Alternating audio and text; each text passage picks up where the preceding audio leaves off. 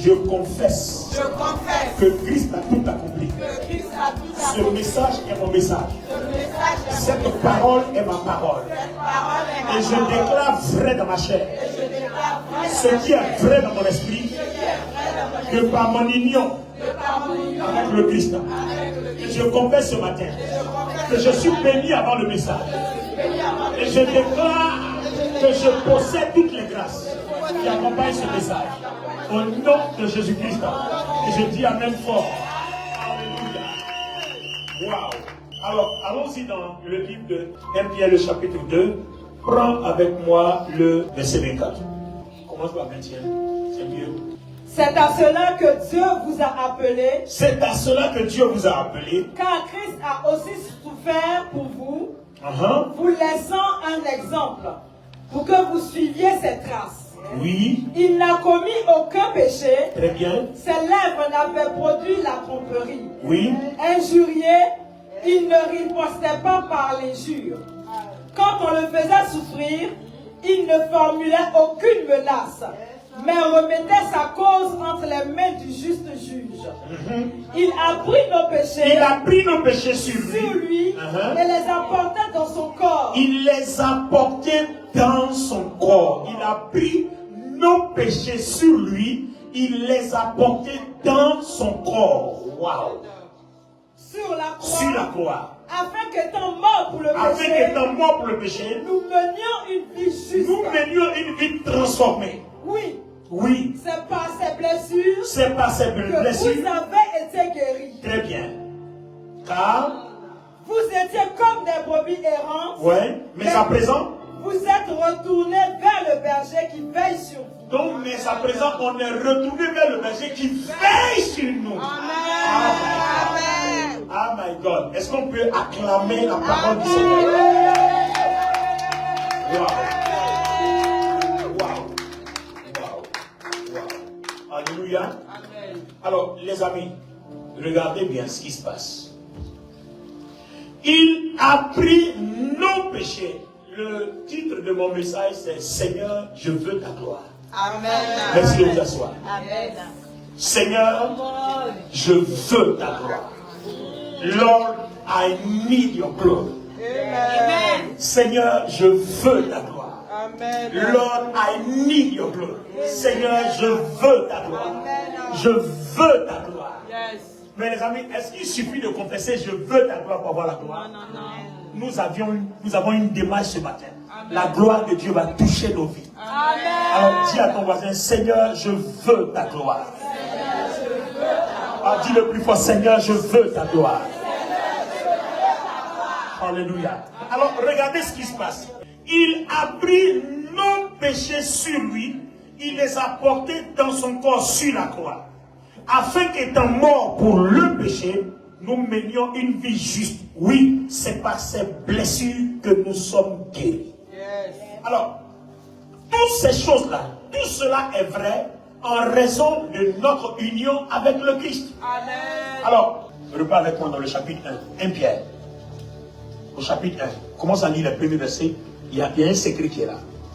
Pierre, apôtre de Jésus-Christ, salue ceux que Dieu a choisis et qui vivent comme des résidents étrangers. Il salue qui? Ceux que Dieu a choisis. Attendez. Il salue qui? Ceux que Dieu a choisis. Donc en fait, tu es assis ici là. Ce n'est pas de ton fait que tu es là. C'est parce que Dieu t'a choisi depuis avant la fondation du monde que tu es assis ici. Tu n'es pas venu ici parce que tu avais envie d'aller à l'église. Dieu a programmé que tu occupes cet espace qu'on t'appelle chrétien, chrétienne. Donc c'est un choix. Alors, je ne peux pas choisir quelque chose si je n'ai pas prédestiné cette chose-là à hériter de ce qu'il faut pour vivre. Amen. Non, est-ce que tu as compris? C'est-à-dire, je t'ai choisi. Quand vous êtes dans vos maisons, vos enfants, quand vous allez au travail, est-ce que vos enfants ne figurent pas dans vos projets? Le petit garçon qui est là, est-ce qu'il a décidé de venir? Donc quand tu vas au travail, tu passes au supermarché, tu penses à son lait. Mais il ne te demande pas le lait. Toi-même, tu programmes qu'il doit prendre le lait. Alors tu penses que Dieu n'a pas programmé ce que tu dois prendre avant qu'il t'envoie sur la terre? Non, je n'ai pas entendu quelqu'un. Non, je n'ai pas entendu quelqu'un. Je n'ai pas entendu quelqu'un. Je n'ai pas bien entendu ton amen là. Dieu dit, vous les êtres humains qui êtes méchants, quand vos enfants vous demandent du poisson, vous ne donnez pas des serpents. Et à plus forte raison, Dieu qui est bon. Toi, le bébé ne demande pas le lait. Mais quand tu vas au supermarché, tu penses qu'il aura besoin de lait. Et tu payes même une boîte, 2 boîtes, 10 boîtes. Tu fais des prévisions pour au moins 1 mois. Et tu penses que Dieu qui t'a créé n'a pas de prévision pour ta vie. Oh, je prophétise sur toi. Tes problèmes prennent fin. Je prophétise sur toi. Je dis tes problèmes prennent fin. Donne-moi un amen là-bas, église. Comment on va? Waouh. Alors, ce que Dieu a choisi, ensuite, vous pouvez quoi? Et qui vivent comme des résidents étrangers, dispersés dans les provinces du Pont, de Galatie, de Cappadoce, d'Asie et de Bithynie. Dieu, le Père, vous a choisi d'avance. Attends, Dieu le Père a fait quoi? Vous a choisi d'avance. Il a fait quoi? Vous a choisi d'avance. Très bien. Dieu, toi et moi, il nous a choisi d'avance. C'est-à-dire, avant que tu sois, tu avais été déjà choisi. Dieu t'a préparé. Je me souviens bien dans Jérémie le chapitre 18, le potier. Dieu se révèle au prophète. Il dit, lève-toi, va dans la maison du potier. Je te montrerai quelque chose. Jérémie arrive dans la maison du potier, il voit le potier qui fabrique un tour. Et puis, il lui dit quoi? Il lui dit, regarde, est-ce que tu vois le potier? Il dit, je vois le potier. Et le tour que le potier faisait n'a pas marché. Le potier l'a brisé. Le potier a refabriqué un autre. Et puis Dieu lui dit, est-ce que moi, Dieu, je ne peux pas faire de vous, les êtres humains, la même chose? Tu penses que là où tu es, tu as un problème. Tu n'as pas de problème. Tu es un produit fini. Si tu n'étais pas fini, Dieu ne t'aurait pas mis sur le marché. Non, Emmanuel, est-ce que tu vois la chose? Le potier n'a pas mis sur le marché le pot qui ne lui plaisait pas.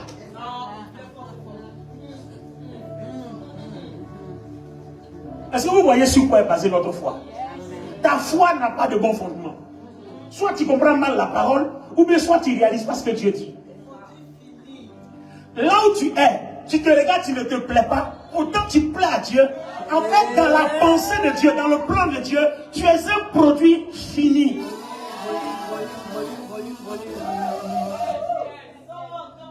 Il ne t'aurait pas mis sur le marché si tu n'étais pas prêt à être sur le marché. Quand le produit est fini, on le met au supermarché. Et les visiteurs passent, les visiteurs regardent, les visiteurs sont attirés, les visiteurs payent et les visiteurs voient le produit et ils mettent sur leur table. Ça est sur la table des rois, la table des députés, la table des ambassadeurs, la table des hommes d'affaires, la table des directeurs, la table des pauvres, la table des riches. Le produit fini dans le supermarché est sur la table de tout le monde. Il y a le foie gras chez le riche, il y a le foie gras aussi chez le pauvre. En tout cas, il y en a dans toutes les maisons. Alors, je suis en train de te dire que toi, de la façon dont tu es là, non seulement il est écrit que tu es un choix, dis avec moi, ça fait 1. De 2, tu es un produit fini, ça fait 2. Et de 3, il dit quoi? Conformément à son plan. Conformément à ton plan. Ça dit que de toi, ta vie obéit à quoi? À un plan. Oh Seigneur, Seigneur, ouvre les yeux pour qu'on comprenne. Ta vie obéit à un plan. Donc en fait, là où tu es, s'il y a encore l'échec, c'est que tu n'es pas encore dans le plan. Je déclare ce matin que Dieu te ramène dans le plan. Tu es un choix, tu es un produit fini, il reste l'accomplissement du plan.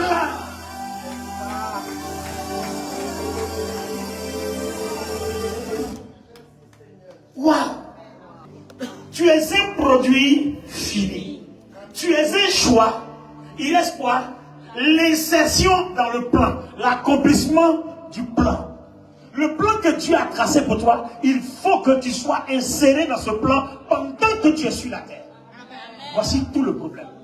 Alors, comment faire pour être inséré dans ce plan? C'est pour ça que le titre m'a été inspiré, Seigneur, je veux ta gloire. Si la gloire est en toi, alors tu verras le plan. Alors, comment on va faire pour être inséré dans le plan? Il y a quelque chose devant qui va nous intéresser. Et vous avez été purifiés par l'esprit. On a été quoi? Purifiés par l'esprit. On a été quoi? Purifiés par l'esprit. Donc en fait, là où tu es assis, ici là, À cause de ton union avec le Christ, tu es purifié par le Saint-Esprit. Peu importe comment tu te vois, hein, c'est ton problème. En fait, tu as envie de croire ce que tu veux. Mais la Bible dit à ton sujet que tu es un choix, tu es un produit fini, tu obéis à un plan. Et à cause de ce plan, Dieu t'a purifié par le Saint-Esprit. Donc, n'importe qui peut te faire croire que tu es impur, c'est son problème. Mais ce que ma foi sait, Dieu dit à mon sujet, à ton sujet, à notre sujet, que nous sommes purs par le Saint-Esprit. Parce que pourquoi? Parce qu'on a lu tout de suite dans 1 Pierre 2, 24, que Christ est mort, il a porté nos péchés, et il a pris tous nos péchés en lui. Donc s'il a pris nos péchés en lui, il me reste quoi?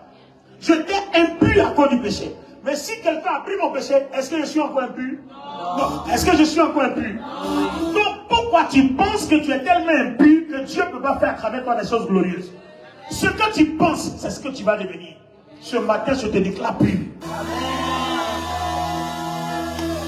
Je dis, ce matin, je te déclare pur. Si tu te vois pur, selon la parole, tu restes pur. Mais si tu ne te vois pas pur, tu seras impur. On va où? La suite dit quoi? Pour obéir à Jésus-Christ et bénéficier de l'aspersion de son sang. Bénéficier de quoi? De l'aspersion de son sang. Donc, tous les jours, nous bénéficions de l'aspersion du sang. Ça veut dire que chaque jour, Dieu asperge le sang de Jésus-Christ sur ta vie, sur ma vie. C'est toi qui ne sais pas, ou bien alors tu ne vois pas, donc tu crois que Dieu ne fait rien. Mais la façon dont tu prends soin de ton enfant, le bébé qui est là-bas, qui ne demande pas le lait, puis tu payes le lait. Dieu aussi, tous les matins, à midi, le soir, chaque seconde, il libère le sang de Jésus sur toi. Ça veut dire que l'ennemi ne peut même pas mettre la main sur toi, parce qu'à n'importe quel moment, que tu demandes, que tu ne demandes pas, Dieu t'asperge du sang de Jésus. Je déclare que tu es pur. En raison de ton union avec le Christ, comment somebody? Waouh!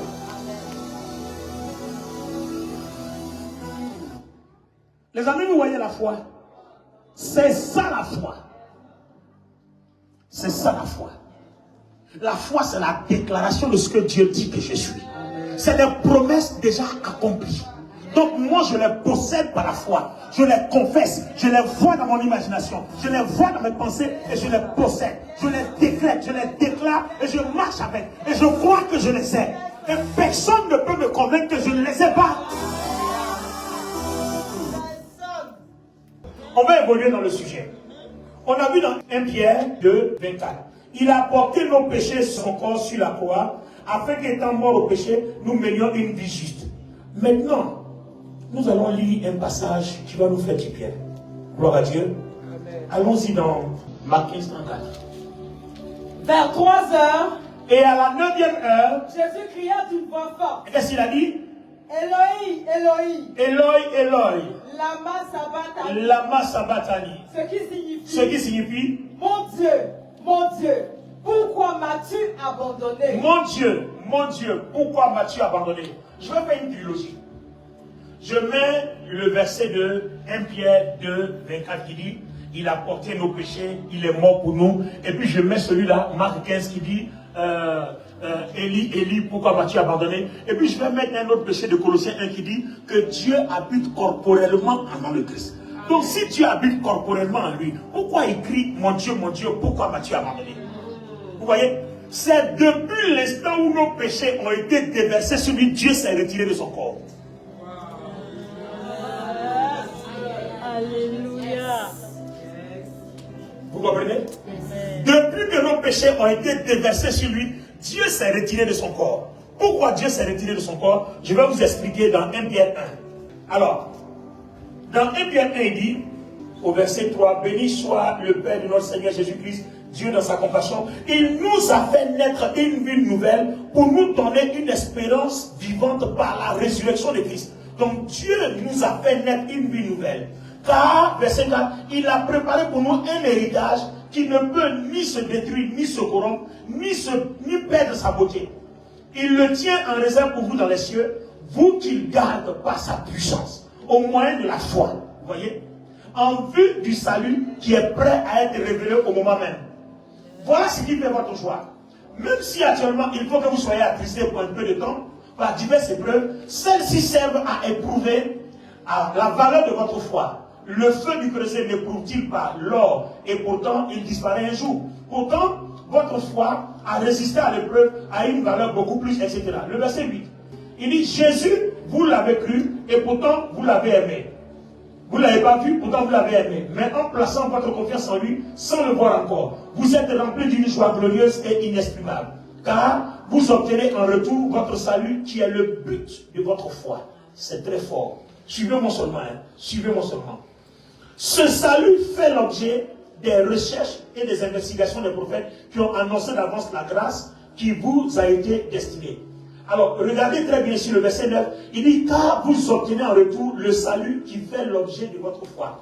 Alors, nous croyons en Dieu dans le quel but? Le but d'un salut. Le verset 13.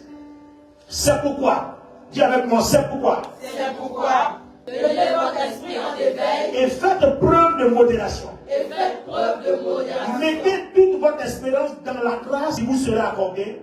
Mettez toute votre espérance dans la grâce qui vous sera accordée. Le jour où Jésus paraîtra. Le jour où Jésus paraîtra. Maintenant, le verset qui est important pour nous ici. Comme des enfants obéissants, Comme des enfants obéissants, ne vous laissez plus diriger par les passions ne vous laissez plus diriger par les qui vous passions gouvernaient autrefois qui vous gouvernaient autrefois, au temps de votre ignorance. au temps de votre ignorance. Au contraire, Au contraire, tout comme celui qui vous a appelé est saint, tout comme celui qui vous a appelé, soyez saints dans tout votre comportement. soyez saints dans tout votre Car voici car voici ce que Dieu dit ce que dans Dieu dit l'Écriture. dans l'Écriture. Soyez saints, Soyez saints, car je suis saint. car je suis saint. Alors les amis, quel est le problème? Le problème, il est ici. Quand Dieu habite corporellement dans le Christ, c'est un Dieu saint. Et on a vu que le Christ a vécu sans péché. Donc, Dieu saint habite dans un corps saint. Donc, le Christ, Dieu habite et dans son esprit et dans son corps. Vous comprenez, hein? Maintenant, le jour où le péché entre, où il porte nos péchés dans sa chair, Dieu est obligé de se séparer. Alors, il dit, Élie, Élie, pourquoi m'as-tu abandonné? En fait, Dieu ne l'a pas abandonné, mais il porte le péché et Dieu ne peut pas cohabiter dans le corps avec le péché. Donc, il est obligé de se mettre à l'écart jusqu'à ce que le Christ dise, tout est accompli. Donc, quand tout est accompli, que le corps qui porte le péché meurt, à ce moment précis, Dieu l'accompagne au tombeau parce que le corps n'est plus en fonction. Dieu accompagne son esprit dans le tombeau puisque le corps est mort. Et Dieu va lui donner un nouveau corps et Dieu va revenir avec lui. C'est pour ça que quand le Christ revient, il n'a pas le même corps de péché, mais il a un corps régénéré. Donc toi et moi, le jour où nous allons mourir aussi, on ressuscite avec un corps régénéré. Mais pour l'instant, Dieu veut qu'on régénère notre corps pour lui permettre d'habiter. Comme dans 1 Corinthiens 3,16, notre corps doit être le temple du Saint-Esprit. Donc quand Dieu n'habite pas dans notre corps, ça veut dire qu'il y a quelque chose qui ne supporte pas la cohabitation. Je vous explique. Élie, pourquoi m'as-tu abandonné? Pour dire, je n'ai rien fait. C'est toi qui as fait retomber le péché sur moi. Donc pourquoi tu m'abandonnes? Mais Dieu donne un signe. Le corps qui entre en contact avec le péché éloigne Dieu. Donc vous voyez que quand nous avons accepté le Christ nous a donné une nouvelle façon de vivre, telle qu'on a lu dans le livre de Pierre. Il nous a donné une nouvelle façon de vivre. Seulement, c'est que cette nouvelle façon de vivre-là n'a pas touché notre corps. Voilà tout le problème. Le jour où nous allons soumettre cette façon de vivre-là, que cette façon de vivre va toucher notre corps, Dieu va habiter et dans notre esprit, il va habiter et dans notre corps. À ce moment précis-là, on dira que Dieu habite pleinement en nous. Nous pourrons parler maintenant de la plénitude du Saint-Esprit. Donc la plénitude du Saint-Esprit, c'est l'état où Dieu habite pleinement ton esprit et l'état où Dieu habite pleinement dans ton corps.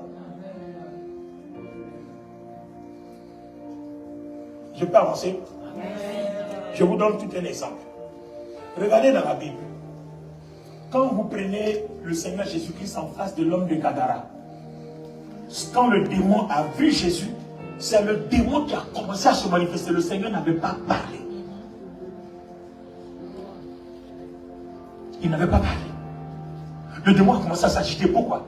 Parce qu'en fait, la gloire de Dieu était apparente sur sa chair. Pourquoi? Parce que la Bible dit quoi dans Colossiens 1? Dieu habite corporellement dans le Christ. Donc si Dieu habite corporellement dans le Christ, Dieu habite dans son corps. Donc il est dans son esprit, il est dans son corps. Et le jour où le péché entre à la croix, Dieu se retire. Pourquoi? Parce que Dieu ne peut pas habiter là où le péché est. Nous avons un devoir. Ce qu'il nous reste pour que le plan de Dieu se manifeste, il faut qu'on puisse chasser le péché de notre corps pour permettre de donner toute la place pleinement à Dieu. Amen. Voilà ce que Dieu m'a dit. Je veux prendre 2 personnes pour faire 2 exemples. 2 exemples. 2 personnes. J'ai besoin de 2 personnes, 2 volontaires. D'accord. Suivez bien. Parmi vous, il y a une qui va jouer le rôle d'une sorcière. Bon. D'accord. D'accord. D'accord. Donc, il y a une qui fait sorcellerie et puis il y a une qui est simple chrétienne. Suivez bien, écoutez bien ce que je vais dire à tout son sens par rapport à tout ce qu'on explique depuis. Quand un chrétien voit un sorcier, tout de suite, c'est un problème. Oui, il y a un rosicrucien ici, il y a un franc-maçon ici, il y a un magicien ici, tout le monde est dans la dépendance, il y a un sorcier ici. Mais c'est quoi le problème? Bon, la sorcière que tu vois là, elle n'a pas le même corps que toi. Bon, qu'est-ce qui fait qu'on l'appelle sorcière? C'est pas l'esprit qui habite son esprit. Son esprit est uni à un esprit. À l'esprit du mal. À l'esprit de Lucifer. Donc c'est pour ça qu'elle développe des pouvoirs. Mais dis-moi, dites-moi, regardez-moi bien, dites-moi. Toi, chrétien là, ton esprit est uni à l'esprit de qui? Ton esprit est uni à l'esprit de Christ. La Bible le dit clairement. Donc si ton esprit est uni à l'esprit de Christ, l'esprit de Christ là, la Bible dit que ce qui est en toi est plus fort que ce qui est en elle. Mais pourquoi toi tu as peur d'elle? La différence est à ce niveau. Elle sait se servir de son esprit, mais toi tu ne sais pas te servir de ton esprit. Sinon en réalité, elle reconnaît que la force qui est en toi là, c'est trop petit. Colossiens 2,14 dit, on les a désarmés. C'est-à-dire en face de toi, elle sait qu'elle n'a pas de pouvoir. Mais comme elle sait que tu ne sais pas te servir de ton esprit, donc elle t'envoie, toi tu trembles. Bon, je vais vous donner un exemple. Donnez-moi quelque chose, je vais prendre ça comme un pistolet, une arme. Voilà, ça ressemble plus à un pistolet. Voilà. Regardez bien. Imaginez-vous, hein, suivez-moi, hein, tout le monde me suit. Je rentre dans cette salle tout de suite. Et puis je fais tout le monde. Et puis je dis, donnez-moi votre téléphone. Donnez-moi vos sacs à main. Donnez-moi votre argent. Si vous ne donnez pas, je vais tirer, je vais vous tuer. Vous allez voir tous les chrétiens vont dire, ne nous tue pas, tiens. Et puis, après, les amis, on vérifie, ce sont des balles à blanc. En fait, ça ne peut pas tuer quelqu'un. En fait, c'est un jouet. Vous voyez? Alors, qu'est-ce que la Bible dit? La Bible dit que Jésus a désarmé le diable. Donc, en fait, tout sorcier qui a en lui l'esprit du diable ne peut rien contre les chrétiens parce que le chrétien a en lui l'esprit qui a désarmé lui son esprit. Donc, si le sorcier est fort, si ton corps est fort parce que tu sais te servir de ton esprit, moi aussi, mon corps doit être fort parce que je sais me servir de mon esprit. Maintenant, comme toi tu es désarmé, qu'est-ce que tu fais? Tu envoies des signaux pour me faire croire que tu as encore l'élégance alors que tu es laid en réalité. Tu vois? Tu envoies des signaux pour me faire croire que tu as encore du pouvoir alors qu'en réalité tu n'as rien, tu es désarmé. Alors, le gars qui arrive ici avec une arme, qui va penser tout de suite que c'est un jouet? Quand il va me alléluia, pourtant, c'est juste il n'y a pas. Voilà, c'est vide. Il n'y a pas de balle. C'est exactement ce que le diable fait. Il envoie des choses qui ne peuvent pas nous atteindre. Et nous commençons à paniquer. Et puis comme il sait, quand tu paniques, tout de suite tu lui donnes un signal que tu ne sais pas ce que tu as. Est-ce que quelqu'un a compris? Quand tu commences à paniquer, lui il réalise que tu ne sais pas ce que tu as en toi. C'est tellement lui, il avait dit, attends, c'est là-haut. Est-ce qu'ils savent ce qu'ils ont en eux? Je prends un autre exemple. Tu as une arme, et puis l'autre a une arme. D'accord? Toi, ton arme est chargée. Mais lui, son arme n'est pas chargée. Hein. Mais dis-moi, s'il vient tout de suite et puis il met là, dépose ton âme, sinon il tire. Bon, qu'est-ce que tu fais? Non, dépose ton âme. J'ai tiré, hein? Dépose, il a tiré. Tu vois, quand il commence à te menacer, il a tiré, alors que lui-même il sait que même s'il tire, il n'y a rien dedans. Mais avant de crier, j'ai tiré, tu finis par croire que s'il tire, tu vas mourir. Donc tu déposes ton âme chargée, alors que lui, son âme est vide. Colossiens 2,14, lis-moi la version biblique. Écoutez bien ce que l'esprit de Jésus-Christ a fait à l'esprit du diable, à sa mort à la croix. Car il a annulé l'acte qui établissait nos manquements.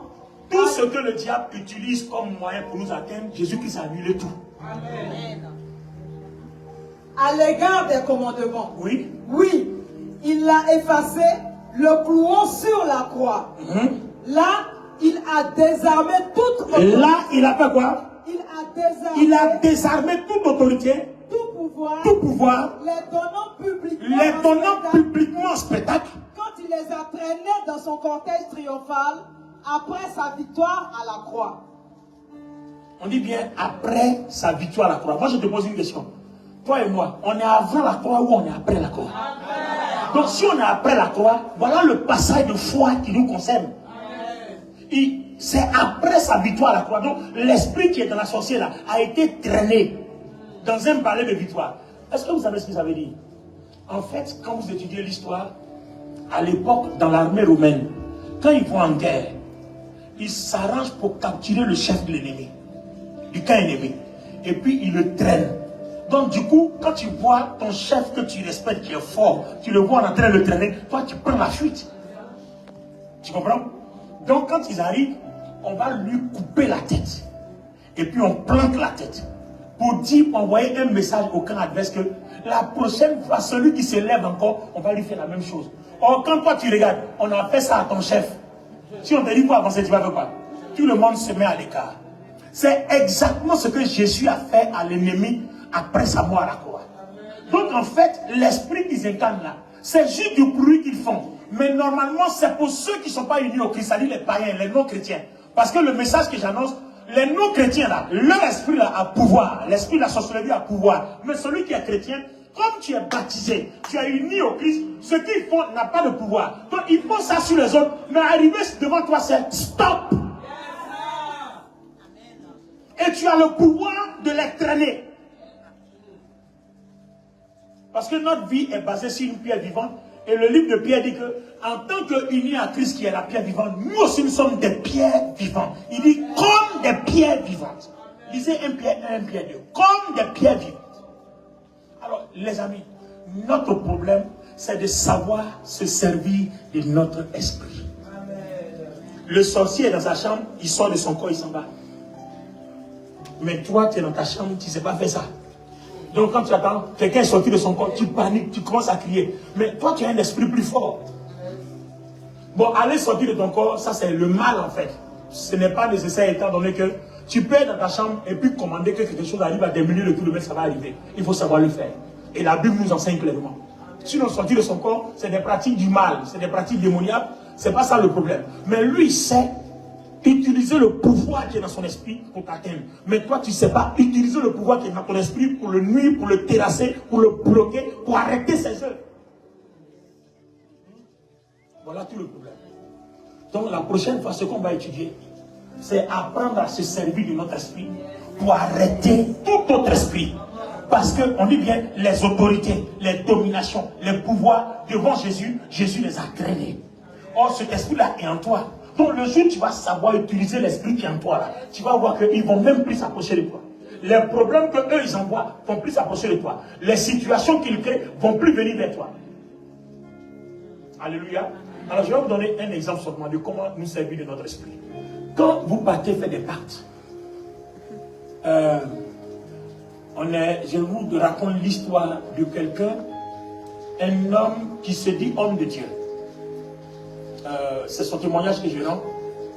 Il a fait un pacte pour avoir la foule dans son église, pour opérer des miracles.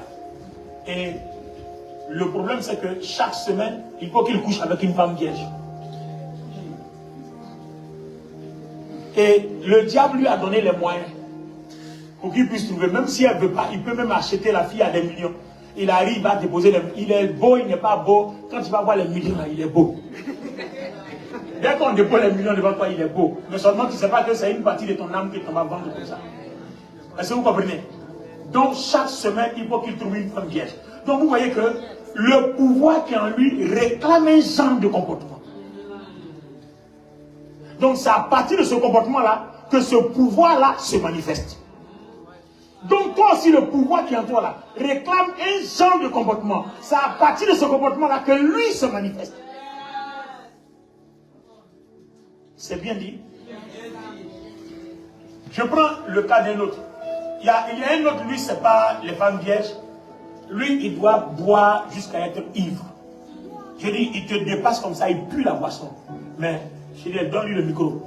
Il va te donner des paroles de connaissance détaillées, claires de ta vie, ton passé, ton présent. Il a fini avec ça. Il te regarde comme ça, pourtant, il parle et puis il t'en dit. Mais il te dit des choses qui sont claires. Et puis tu ne peux pas dire c'est faux. Il va dire ton nom, il va dire ton téléphone, il va dire même la couleur de ta culotte. Et puis tu ne peux pas mentir, c'est toi seul qui sais. Pourtant, il est ivre. Pourquoi? Parce que tant qu'il n'est pas ivre, l'esprit là ne se manifeste pas. Ce don là ne se manifeste pas. Donc, il faut l'ivresse pour remuer l'esprit là, afin que ses yeux commencent à voir les choses sur les gens. Vous comprenez? C'est exactement comme ça. Donc, vous ne pouvez pas aller dans une ville où on dit à partir de 18h, il y a couvre-feu, personne ne sort. Et puis quand tu arrives, tu veux sortir après 18h. Donc, on va te mettre en prison.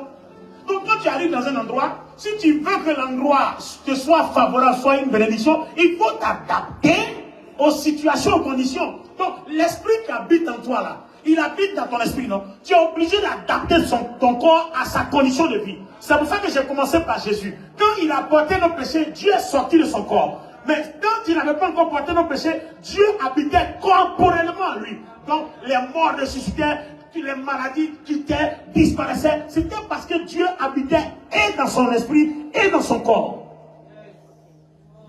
À partir du moment où Dieu n'habite plus dans son corps, il dit pourquoi tu m'as abandonné. C'est-à-dire que dans la si tu es malade, soit guéri, le malade n'est plus guéri. Pourquoi? Parce que lui-même il est un sacrifice.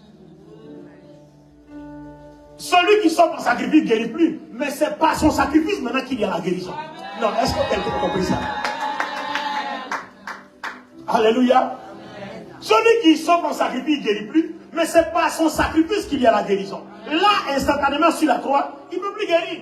Mais par son sacrifice, celui qui croit en son sacrifice à la guérison, parce que ce sacrifice est fait pour que nous ayons une nouvelle vie.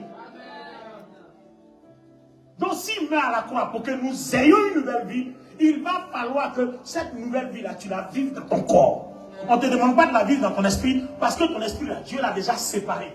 Donc, il reste ton corps. Donc, la nouvelle vie acquise dans ton esprit, tu dois la vivre dans ton corps.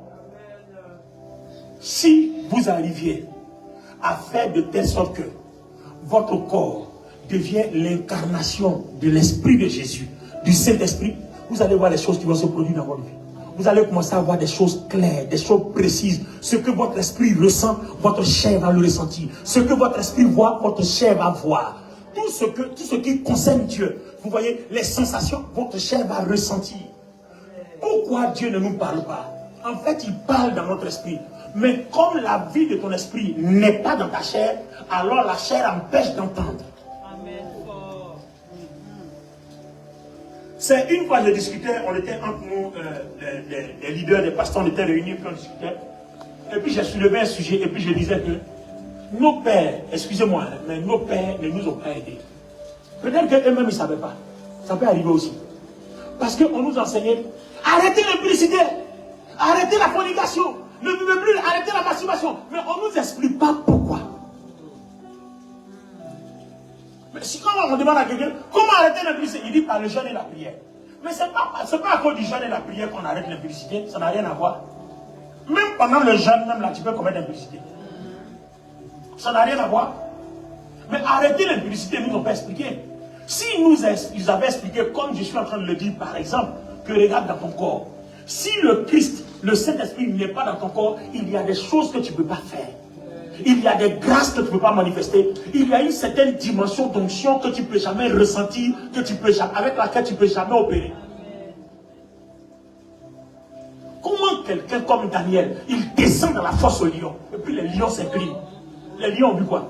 C'est un être humain qui descend, mais ils ont vu une gloire qui est apparente jusqu'à dans son corps.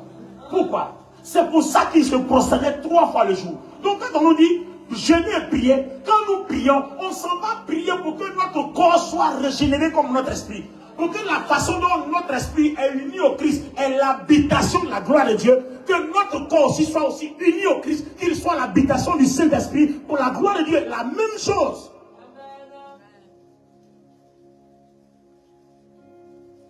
Quand vous arrivez à cette dimension-là, les tentations que les autres ressentent là, vous ne sentez plus la même chose. Je peux vous le dire parce que je sais de quoi je parle. Avant, quand je lisais la Bible, je me demandais, mais comment quelqu'un comme Paul, il fait pour vivre toute sa vie sans rapport sexuel? Je me suis toujours posé la question. Et j'ai posé la question à mes pères. Aucun n'a eu la réponse jusqu'à ce que Dieu me montre à moi-même dans les Écritures. Il dit son corps était régénéré. De la façon dont son esprit était uni au Christ, c'est comme ça que son corps était aussi uni au Christ. Il dit, comme je suis saint, comme on a lu, vous aussi soyez saints. Et tu peux être saint par toi-même. Mais il faut affréter ton corps pour que la sainteté de Dieu se déverse. Si vous arrivez vous atteignez cette dimension-là, ce n'est pas que vous ne pouvez plus être tenté. Vous allez être tenté, mais ça ne vous gouvernera pas. Vous allez gouverner. Vous allez dominer. Donc vous voyez qu'en fait, c'est tous ces rouages-là que l'ennemi, lui, il sait se servir de son esprit pour faire tout ça. Mais nous, on ne sait pas faire. Pourquoi? Parce qu'on est un obstacle majeur. Quand toi-même tu sais que tu vis dans le péché là, quand tu as ton sorcier, tu te cherches tout de suite parce que tu sais que tu es vaincu. Mais quand tu as confiance en toi, que tu sais que tu n'es ni dans l'impudicité, ni dans l'adultère, ni dans la fornication, ni dans maçon, ni dans masturbation, tu ne vas pas chez Péticheur, tu ne fais rien, c'est Jésus et toi. Tu ne calomnies pas les gens, tu ne fais pas de mauvais prières contre les gens, tu n'injuries pas les gens, tu aimes ton prochain, tu pries même pour tes ennemis. Quand tu sais que tu es serein, quand le sorcier n'a pas venu, il dit, il va venir s'asseoir, lui-même il va déménager. Je ne vous ai pas raconté le témoignage d'un pasteur. Le pasteur qui dans son église, une femme avait la grippe. Et puis la femme voulait lui faire la bise. Tout le monde chiait la femme. Et puis lui, il avait dit, mais fais-moi la bise. La femme dit, non, non, non, j'ai été contaminé. Il dit, non, tu ne peux pas me contaminer. Parce que mon corps est régénéré. Le Christ habite mon corps pleinement comme il habite mon esprit. Si ton virus de grippe là touche mon corps, il va consumer tout de suite. Lui seul, il a embrassé la femme. Il n'a rien. Il a rendu son témoignage. Lui seul, il a fait la bise à la femme. Les autres qui ont voulu jouer les dieux là, ils ont eu. Toi, tu vis mal, tu viens exposer ton corps au diable. Il a inséré la grippe dedans. Mais lui, il n'a rien eu, sauf lui seul. Il dit, si ton virus de grippe là touche mon corps, il meurt. En fait, voilà tout ce qu'on attend. Si notre corps peut être l'incarnation, c'est-à-dire le lieu d'habitation du Saint-Esprit, c'est fini les amis. La gloire de Dieu, nous allons la voir. Le titre de ce matin, Seigneur, je veux voir ta gloire. Nous allons voir la gloire de Dieu. Parce que là, voir la gloire de Dieu, c'est quoi? C'est quelque chose qui apparaît à tes yeux. Mais ça ne peut pas apparaître à tes yeux si ça n'apparaît pas sur ton corps. Non, ça ne peut pas apparaître à tes yeux si ça n'apparaît pas sur ton corps. Si ça est dans ton esprit, comment tes yeux vont voir ce qui est dans ton esprit? Il faut que ça sorte sur ton corps pour que tu vois. Il ne vous est pas arrivé souvent, vous priez jusqu'à dans la maison, vous ouvrez vos yeux, vous avez l'impression que votre maison est remplie de nuées, de nuages. La maison est grise comme ça. Alors ce matin, on va rentrer en adoration, on va rentrer en prière. C'est un moment prophétique. Il faut que tu saches te servir de ton esprit. Mais savoir te servir de ton esprit, le premier pas, c'est commencer à disposer ton corps pour qu'il soit le temple de Dieu. On va enseigner les autres à partir du dimanche prochain. On est dans la partie les plus importante de la vie chrétienne. Si tu sais te servir de ton esprit, je dis tes problèmes sont finis. Parce que tout ce que le Christ est et le Christ a, tout cela est dans notre esprit en raison de notre union avec le Christ par les eaux du baptême. Celui qui n'est pas encore baptisé, fais-toi baptiser pour profiter de ce privilège. Vous voyez? Donc le premier pas, si le Christ est dans ton esprit, tout ce que tu cherches est dans ton esprit. Le programme, le plan de Dieu est dans ton esprit. Le plan, tu es choisi, tu es appelé, en fait, tout ce qu'on a dit au début, mais le plan de Dieu est dans ton esprit. Donc en fait, Tu ne peux pas devenir ce que tu n'as pas. Parce qu'un homme ne reçoit que ce qui lui a été donné du ciel. Or, ce qui t'a été donné du ciel est dans ton esprit. Est-ce que tu peux tirer ce qui est dans ton esprit pour l'envoyer vers ton corps pour que ça soit manifestement apparent? C'est tout. Voilà le but de ta vie chrétienne. Le jour où tu vas réussir à faire ça, l'ennemi te respectera. Quand tu vas t'asseoir au milieu des sorciers, ils vont se lever puis ils vont partir. Parce qu'ils savent jouer avec leur esprit, mais toi tu es un champion. Tu es un champion dans le game. Ils savent jouer avec leur esprit, mais toi tu as fini ça, tu es un champion. Quand tu vas t'asseoir là, parce que tu rentres en esprit, tu vas commencer à confesser des versets bibliques, et puis tu vois dans ta pensée que tout est vrai, tu vas voir, ils vont commencer à déménager un à un. Parce que tu commences à faire sortir quelque chose qui est en toi, tu l'emmènes dehors. Il y a la gloire dans notre esprit, il faut l'amener dehors.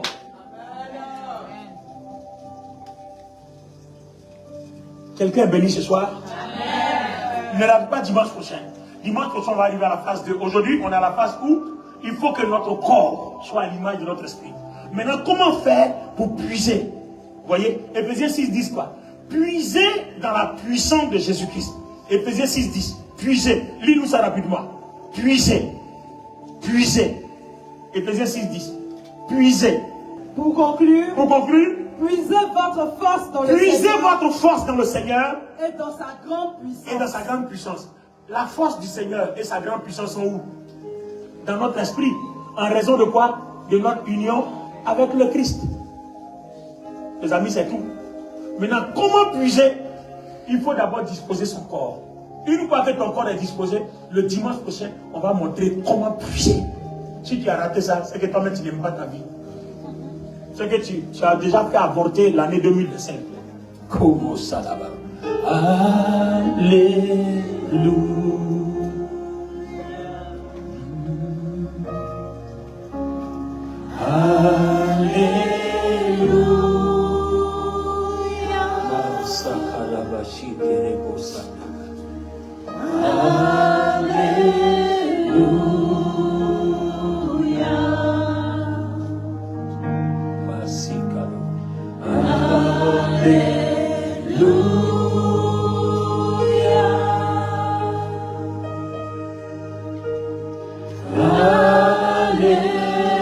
Est-ce que tout le monde peut chanter? Tout le monde peut adorer avec nous.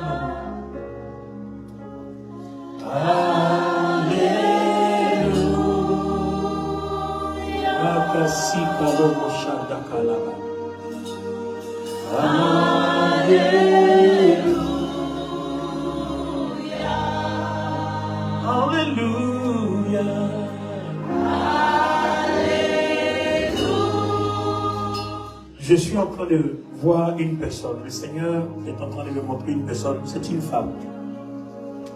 C'est un esprit d'étouffement. Et voilà comment ça se manifeste. Je te vois couché sur ton lit et tu vois quelqu'un. C'est une ombre. Tu ne vois pas le visage. Mais tu sens qu'il y a une personne qui s'appuie sur toi. Et tu perds ta respiration. Et c'est à un moment donné que cela réapparaît. Tu n'arrives même pas, ta voix ne sort pas. C'est un esprit d'étouffement. Dieu opère la délivrance dans ton esprit. Dieu opère la délivrance dans ton esprit. Dieu opère la délivrance dans ton esprit. Au nom de Jésus. Même cette semaine, tu as eu cette attaque-là.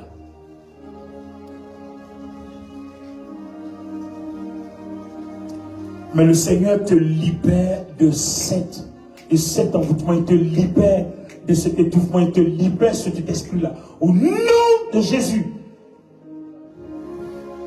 La puissance de Dieu est en train de rétablir la vie d'une personne qui a raté un rendez-vous cette semaine. Quelqu'un a manqué un rendez-vous important cette semaine.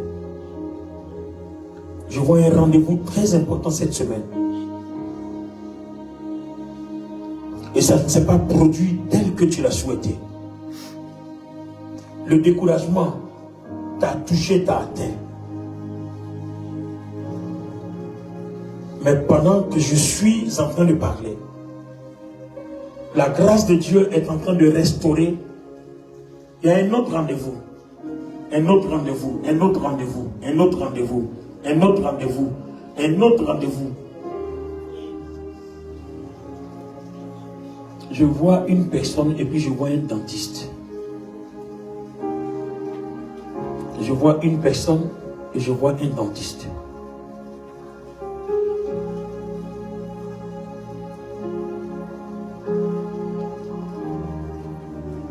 Je veux prier pour quelqu'un. Je vois une personne et je vois un dentiste. Voici la suite de la parole. En fait, le mal que tu ressens dans la dent qui monte, c'est-à-dire je vois le mal de la dent, la douleur monte vers le haut comme si ça va vers le cerveau. En tout cas, c'est l'image que je suis en train de voir. Le Seigneur est en train de me dire que c'est une attaque. La dent, la douleur monte vers la tête. Une dent, la douleur que tu as dans la mâchoire monte dans la tête. Tu as l'impression que c'est un mal qui va toucher le cerveau. Le Seigneur est en train de me dire que cette personne-là subit de graves pressions, de graves oppressions. L'ennemi combat, mais le Seigneur, pendant que je vois la main du la main du Seigneur brise l'obstacle. Vainqueur dans ce combat. Le Seigneur t'accorde la victoire dans ce combat.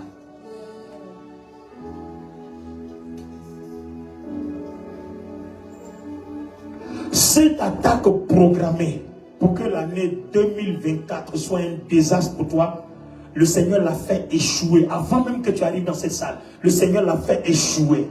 Quelqu'un dit avec moi, échouer.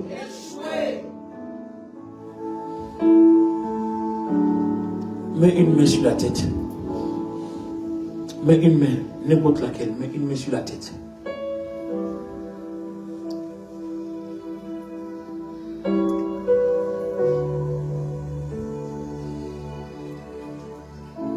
Ta vie est en train de subir une restauration. Je vois le Seigneur opérer une transformation dans ton corps.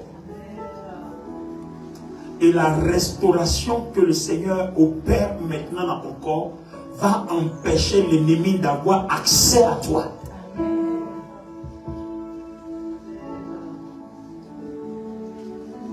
Il y a cette personne-là au milieu de nous ici que quelqu'un a essayé de noyer. Je vois un songe où on te plonge, on veut te noyer dans l'eau. On veut te noyer dans l'eau. Je vois cette personne, on veut te noyer dans l'eau. En fait, ce n'est pas une noyade.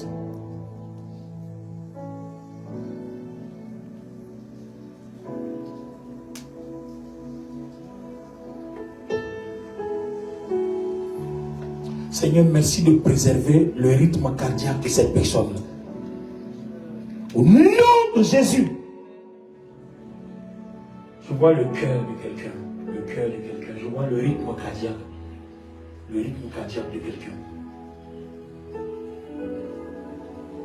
Tout ce que je dis, vous restez à vos places. Tout à l'heure, je vais demander les témoignages. Je vois le cœur de quelqu'un. Ton rythme cardiaque. Le Seigneur t'accorde une guérison. Le Seigneur t'accorde une guérison. T'accorde la guérison. Le Seigneur t'accorde la guérison.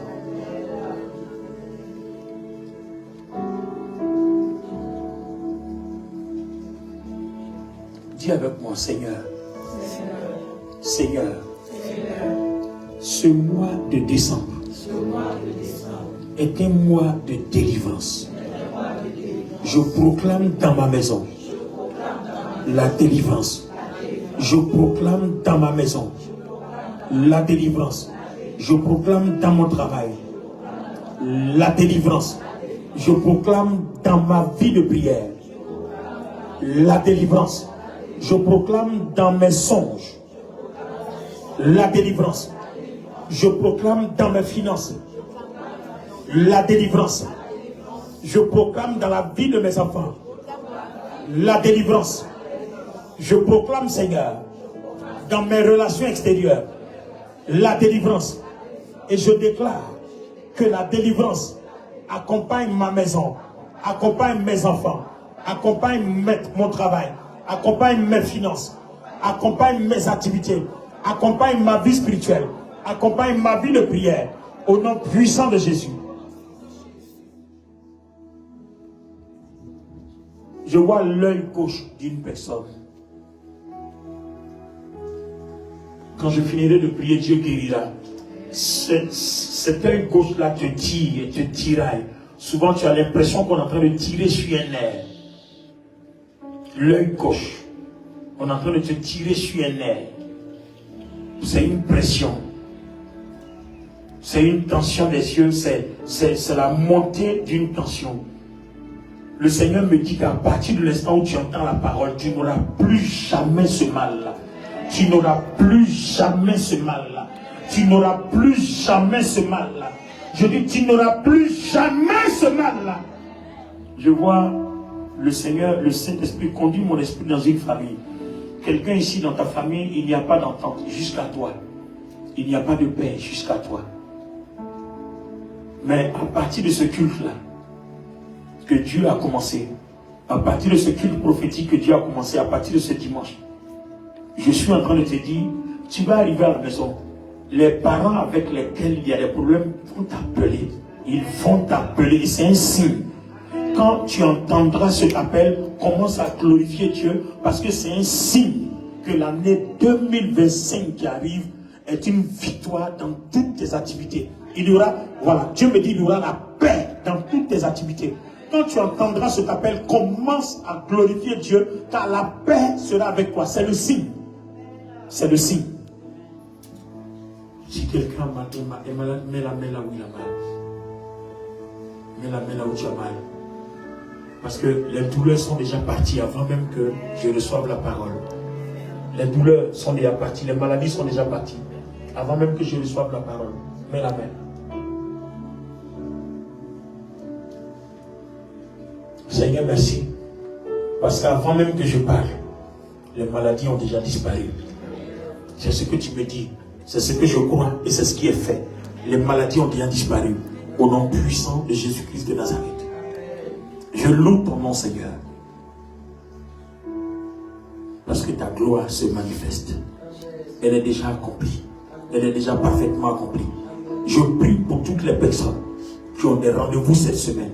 Je prie pour toutes les personnes qui ont des entretiens. Je prie pour toutes les personnes qui ont déposé des dossiers qui sont dans l'attente. Je prie pour toutes les personnes qui veulent entreprendre. Je prie pour toutes les personnes qui attendent la signature d'un crédit ou d'un apport pour commencer une activité, pour entreprendre, pour un achat. Je déclare cela accompli au nom de Jésus. Je prophétise que tu vois ce signe et que tu déclares que Dieu est puissant. Seigneur, merci. Nous bénissons ton nom pour ce jour. Et te donnons toute la gloire au nom de Jésus-Christ. Est-ce que quelqu'un peut acclamer le Seigneur? Quelqu'un peut acclamer le Seigneur? Acclame très fort le Seigneur. Acclame très fort le Seigneur.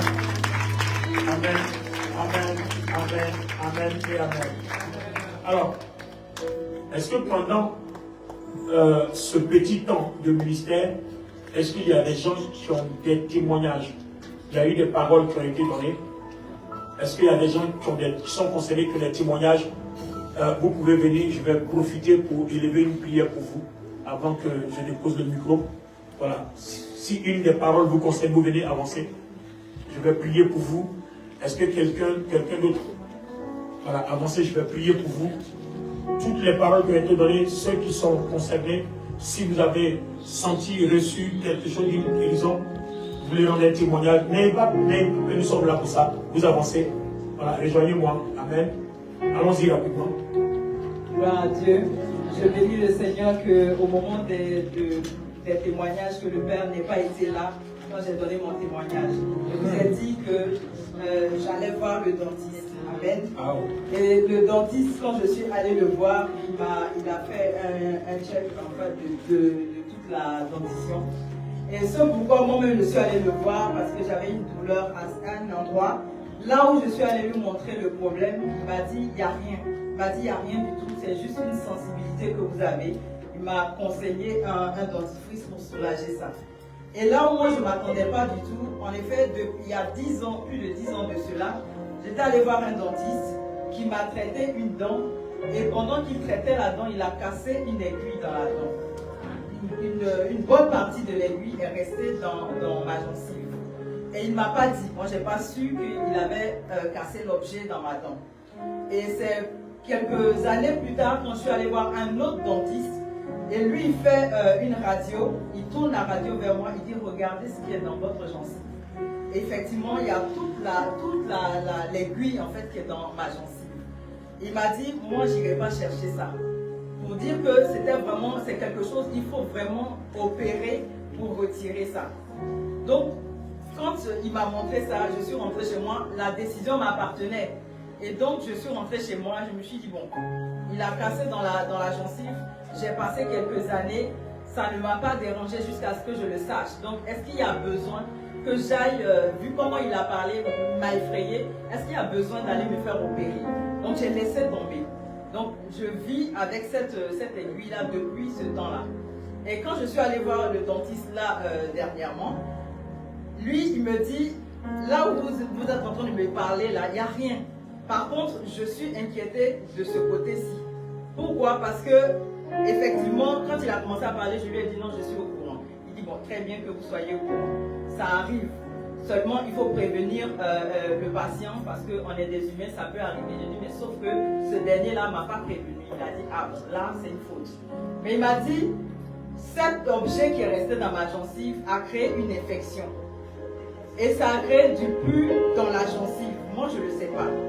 Mais je vous assure que quand les douleurs de tête me prennent, des fois je plaisante avec certaines personnes, je dis, si je pouvais enlever ma tête, la déposer loin de moi, pour ne plus subir la douleur, c'est incroyable. J'ai mal à la tête, je peux prendre tout ce que je veux, du plus puissant médicament, ça ne me soulage pas. Je suis obligée de me mettre dans le noir, de couper tout le bruit, vraiment m'isoler pour avoir un peu de répit. C'est-à-dire que quand ces douleurs-là me prennent, ça me prend par exemple le matin à 6 heures, je vais traverser la journée avec, je vais dormir avec, me réveiller avec, ça peut me prendre sur 3 jours, voire plus. Et donc quand le Père a révélé qu'il voit une personne et il voit le dentiste, je bénis l'Éternel. Parce que ce dentiste-là m'a dit, je ne peux pas opérer là, mais il faut le faire parce que c'est en train de devenir une infection. Donc ce que je vais vous demander, il m'a donné l'adresse de 2 dentistes. Il m'a dit, allez les voir, ils sont très forts. Eux, il a donné le nom de leur spécialité. Ils sont forts, les 2 que je vous recommande, ils sont très forts. Allez les voir. Il y en a un qui est plus. Il va voir, il va donner son diagnostic. Et en fonction de ce que lui va faire, moi je pourrai travailler derrière. Et le papier, le numéro du dentiste qu'il m'a donné, jusqu'à aujourd'hui, je cherche dans la maison, je ne trouve pas la feuille. Je veux appeler pour prendre rendez-vous, je ne retrouve pas le papier qu'il m'a donné pour que je puisse appeler et avoir un rendez-vous. Jusqu'à hier, je cherchais encore le document, je ne l'ai toujours pas retrouvé. Waouh! Amen. En fait, c'est maintenant, c'est maintenant que moi-même je comprends la révélation en fait. Vous savez, en matière de révélation, ce que je me suis dit, voilà, que je comprenne ou je ne comprends pas, c'est pas ce qu'on a dit. On a dit qu'on dit ça, on dit seulement. Voilà. Je vois un dentiste, puis je vois quelqu'un qui a mal à la dent. Mais la douleur là, ça monte jusqu'au cerveau. C'est une douleur. C'est maintenant que je comprends. Quand je dis je vois le dentiste, je vois maintenant que l'aiguille est restée. En fait, c'est de ça que Dieu me parle en fait. L'aiguille est restée. Donc c'est le problème que le dentiste a créé. En fait, c'est pas le dentiste, c'est une attaque spirituelle. C'est une attaque spirituelle. Attends, un dentiste, un être humain va laisser et puis il va pas te dire. Non. L'ennemi devait faire quelque chose là, mais ça n'a pas marché. La main de Dieu n'a pas fonctionné. Amen. Mais ce que je suis en train de voir, il faut aller. Ton témoignage va changer. Parce que je suis convaincu que cette opération-là n'aura pas lieu. Le Seigneur a fait son travail. Non. Je vous dis la vérité, le Seigneur a fait son travail. Le Seigneur a fait son travail. Parce que c'est une affaire diable. Pourquoi il dit, je ne vais pas chercher ça. Il te déconseille de faire une opération. C'est une affaire spirituelle. Mais je sais que par la parole, là, Dieu a réglé son problème. J'aimerais qu'on acclame le Seigneur. Dieu a réglé son problème. avec la grâce de Dieu. Le Seigneur a déjà réglé son problème. C'est fini. Va avec la paix, il a réglé son problème. C'est terminé. Allons-y, deuxième témoignage. S'il y a un autre, allons-y rapidement. J'ai débordé mon temps. Deuxième témoignage. Avancez. Tu as parlé aussi de quelqu'un qui a son œil gauche qui ne voit pas. Depuis que j'ai mon œil gauche, effectivement. Un nerf, tu dis. Un nerf, voilà. En fait, voilà ce que les médecins ont dit. Je souffrais de migraine depuis mon enfance. Quand je suis malade, on sait que c'est ma tête. Il n'y a pas autre chose. Depuis que je suis petite jusqu'à grandir, c'était la tête seulement. Dès que je suis malade, c'est la tête. Et à un moment donné, c'était tellement fort qu'on allait voir un ophtalmo. Et quand on allait voir l'ophtalmo, ils ont fait toutes les angiographies, tout ce qu'il faut. Et puis ils ont découvert que j'ai un nerf important au niveau de l'œil qui est mort. En fait, moi j'ai vu l'œil gauche, c'est gauche. Très bien. Est-ce qu'on peut acclamer le Seigneur? Et ce nerf-là, c'est des choses que je dis, je n'ai jamais révélé au Père. Et ce nerf, si vous m'avez dit, mais pas dans la révélation, je joue pas avec cet esprit. Soit Dieu parle, ou soit il parle pas. Voilà, ce que j'entends, je dis. Allons-y. Et ce nerf-là, ils ont dit, le nerf est mort. En fait, ils ont dit que certainement, quand j'étais enfant, ça aurait dû être diagnostiqué, ça aurait dû être, voilà, je vous recommande d'envoyer vos enfants régulièrement chez le médecin pour faire des check-ups. Et donc, depuis l'enfance, le nerf est mort, mais ils n'ont pas su. Et donc, comme il est mort, l'ophtalmo m'a dit, on ne peut rien faire. En fait, le nerf est mort. C'est même pas qu'il fonctionne un peu pour qu'on puisse le booster, il est mort. Il n'y a rien à faire. Donc, ça va rester comme ça. Et donc, sur 10, l'œil droit, il est 10 sur 10. L'œil gauche, il est 2 ou 3 sur 10. Je ne vois vraiment pas de cet œil-là. Et ça aussi me suscite beaucoup de migraine, puisque l'œil droit est obligé de... Pendant que tu es en train de parler, le Saint-Esprit me dit, est-ce que tu crois que quand Dieu a libéré la parole, ton œil est revenu à la vie? Amen. Si tu crois, c'est fait tel que tu l'as vu. Amen. Parce que le Seigneur ne peut pas parler de ça et puis l'œil va continuer à débrouiller. Non, c'est pas possible. Amen. Ton œil là est guéri. Amen. Donne-moi ton amen, l'église. Le nerf là est guéri. Amen. Tu as deux témoignages. Il y a une aiguille qu'on ne va plus opérer. Tu ne vas plus sentir les douleurs. Ça n'existe même plus même. Et puis il y a un nerf qui est revenu à la vie. Tes prochains rendez-vous là, tu vas avoir confirmation médicale. Est-ce qu'on peut acclamer le Saint-Esprit? Au nom de Jésus, on peut acclamer le Saint-Esprit.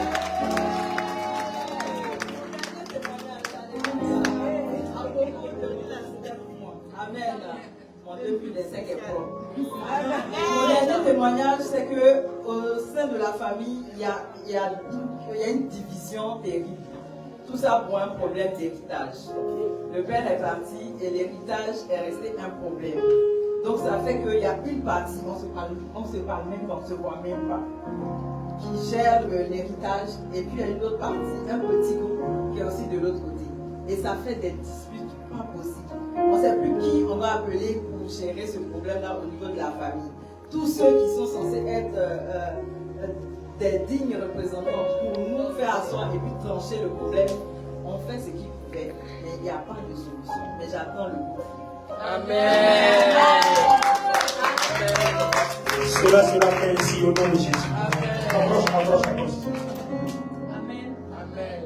Je bénis le nom de l'Éternel parce que papa dit tout à l'heure, tu as ton œil gauche qui te tire. J'ai même souvent parlé à la frère Cavalis. Quand je suis là, cet œil-là, je sens comme c'est un courant. Et ça me tire, ça monte dans ma tête, et puis je vois flou comme une étoile. Et à chaque fois, ça se répète, par moments, ça se calme. Et tout de même, je suis allé voir le médecin, il m'a dit la tension des yeux. Quand il a dit ça, j'ai dit, je refuse ça là. Il me dit, mais vous ne portez pas les lunettes, mais ça la fait attention parce que d'abord, vous êtes sous médicaments pour la tension. Et si vous jouez avec l'œil, surtout l'œil gauche, ça va être compliqué. Je lui ai dit, c'est ce que vous avez dit, mais moi, mon Dieu n'a pas encore dit son dernier mot. Amen. Et donc, comme dimanche passé, le Père a dit que ce dimanche sera un dimanche extraordinaire. Il dit, Seigneur, où je parle, l'œil, on dit tension des yeux, là. La maladie de ma mère n'est pas ma maladie. Amen. Donc, où je fais, là, tension des yeux, où c'est quitté, là. je pars à la maison et l'attention des yeux reste là-bas. Donc je veux bénir Dieu parce que je sais que je suis guéri. Je suis déjà guéri. Seigneur, merci parce que cela se fait tel qu'elle a cru. Amen. Et il a aussi dit qu'il y a quelqu'un, quand il dort, on l'étouffe par moment. C'est périodique. C'est la vie, c'est mon fils. Il m'a même appelé la dernière fois. Il m'a dit, maman, par moment, quand je dors, je sens que quelqu'un prend un coussin et il veut me touffer pour que je meure. Et souvent, il me dit, il voit la personne. Mais l'objet, c'était pas. Et puis quand il crie Jésus, il surélève. Mais que la dernière fois, si ce n'était pas la main de Dieu, ce n'était pas bon. Je lui ai dit non, Dieu ne peut pas permettre. Parce que si tu me l'as donné, il sait pourquoi. Amen. Ce pourquoi tu es né, tu n'as pas encore accompli. Amen. Donc un esprit ou un être humain ne peut pas t'ôter la vie. Amen. Et j'ai prié pour lui. Et aujourd'hui encore, papa vient de donner la révélation. Donc je crois que c'est la fin. Amen. Amen. Waouh, est-ce qu'on peut acclamer le Seigneur? Waouh. Waouh. Waouh. Waouh. Allons-y. Je rends gloire à Dieu parce que rapproche un peu le micro. Depuis, on va dire, près de 2 ans, j'essaie d'intégrer une boîte en fait, dans laquelle je veux travailler. Et je pense que ça fait plus d'1 mois que j'avais rendez-vous pour passer un test. Et avant même de passer ce test-là, en fait, on a un petit test qu'on passe sur Internet. Et comme je connais des gens qui travaillent dans la boîte, à chaque fois, je leur demande, essayez de passer le test pour moi, on va voir. Et à chaque fois, ils échouaient. Et je ne comprenais pas, je me suis posé des questions, je me suis dit, bon, ok.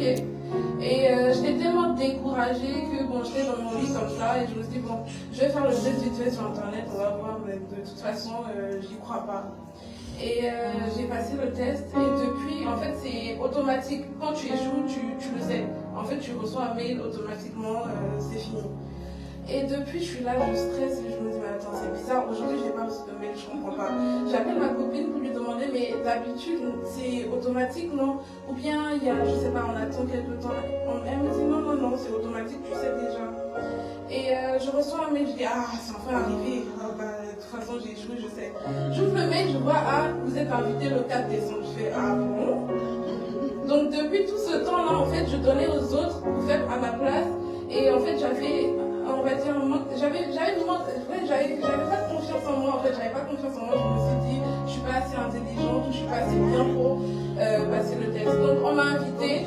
J'étais prête, je me suis préparée sur 1 mois. J'ai même dit à ma mère, écoute, là j'ai un test le 4 décembre, je dors sur Paris, donc compte même pas sur moi, non, je suis pas là. Et je suis partie, j'ai prié, j'ai fait. En fait, j'étais vraiment préparée, mais je préparais, j'arrive et je comprends pas un truc tellement simple, mais je comprenais rien sur le coup. C'était, je comprenais rien, je passais le test. Et après, en fait, ils sont venus nous appeler. Ceux qui ont passé, en fait, on l'appelle tout simplement. Et moi, on m'a pas appelé. Et j'étais tellement déçue, j'ai dit, attends. Donc, en fait, la parole du rendez-vous manquait, c'était quoi? Oui. Et j'étais tellement déçue, je me suis dit, attends, moi, j'ai pas passé ce test-là. Déjà, le travail, le poste pour lequel je postule depuis, je comprends même pas pourquoi on me prend pas. Je suis bilingue, j'ai tout pour moi, en fait, mais je comprends pas, on me prend pas, on veut pas me prendre. Et j'étais tellement déçue parce que ça fait 2 ans, même 3 ans que je postule pour ce poste-là. Quand Dieu m'a donné la parole, quelle est la suite de la parole? Est-ce qu'il y a eu une suite?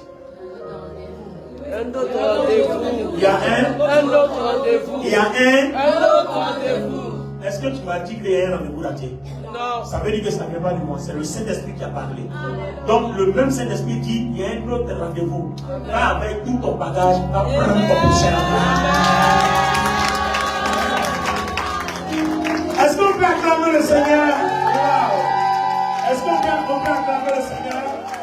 On peut acclamer le Seigneur. Gloire à Dieu. Alors, dimanche prochain, par la grâce de Dieu, nous continuons. On est toujours dans le même tempo, on est toujours dans le même acte prophétique. Ça va être comme ça jusqu'à la fin du mois de décembre. On est toujours dedans. Dimanche prochain, nous allons continuer. Que Dieu vous bénisse. Rendez-vous dimanche prochain. 3 rue du Bapéreux, 94 200 Saint-Seine.